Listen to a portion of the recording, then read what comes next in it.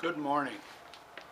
This is about the 4th or 5th of August. It's Tuesday morning. The garbage man came this morning. But it's Tuesday morning. I'm making this video for all parties involved in the sale of the house next door. I've been officially informed, not officially, but indirectly through the network of text messages and emails, roundabout, I've been informed that I no longer own the house behind me. The seller called me last night and sent me a screenshot. All day yesterday he's been sending me screenshots from emails that he gets from the title company. I haven't received anything from the title company. Cherie, at the title company, my last email from her was around Tuesday. She said everything's a go. Don't do anything or turn over ownership of the property until I tell you it's been officially closed. Wait for me before doing anything as far as transaction and turning over the property. That's the way I read it. That was in the email. I'll send you, I can attach a screenshot of that email, just like yesterday. Han and the buyers sent me a text message with a screenshot of an email that Cherie had sent them, saying that the house was closed and it was recorded in their name. I haven't received anything. Now, I'm supposed to be in the loop. Cherie hasn't sent me any emails. And the reason I haven't called Cherie is I'm afraid that I will be seen as combative when I start asking her questions like, how come I haven't received anything from you? If anybody remembers Reba McEntire, I loved Reba. I loved the background music she had. It had a real boogie woogie or earthy thing to it. But she had a song, Why Haven't I Heard From You? She talks about Alexander Graham Bell inventing the telephone and all this other stuff. And she goes, why haven't I heard from you? Well, that's the theme and the spirit of this video.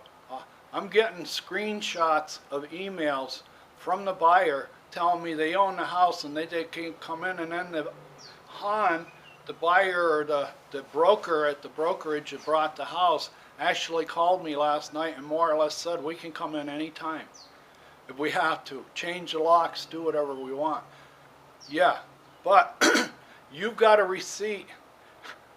Cherie sent them an email where they're in the loop.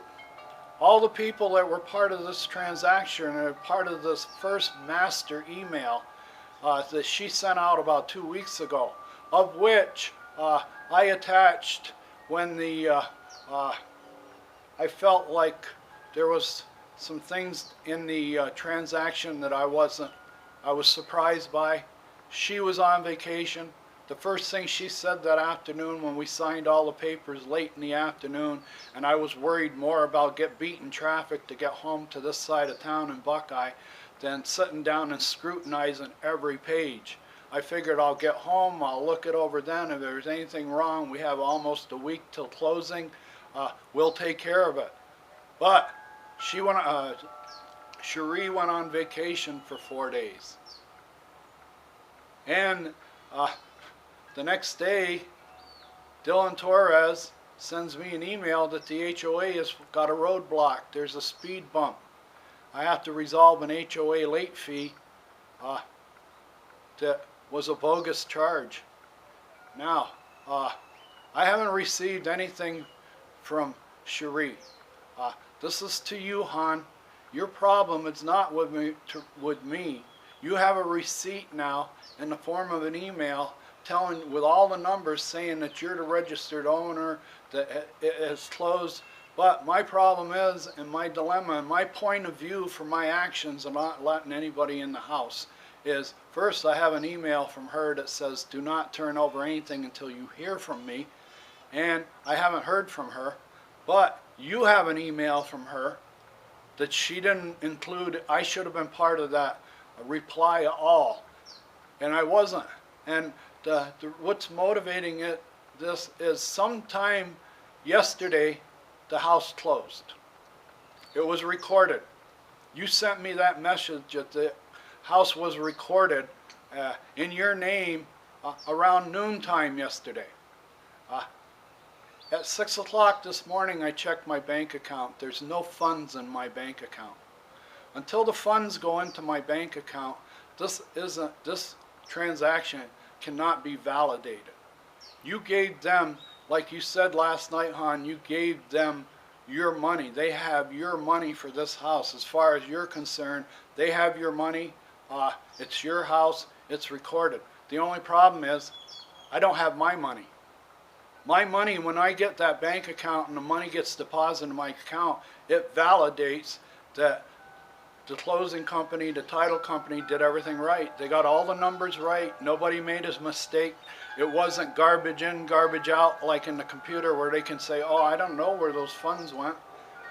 But I haven't received anything.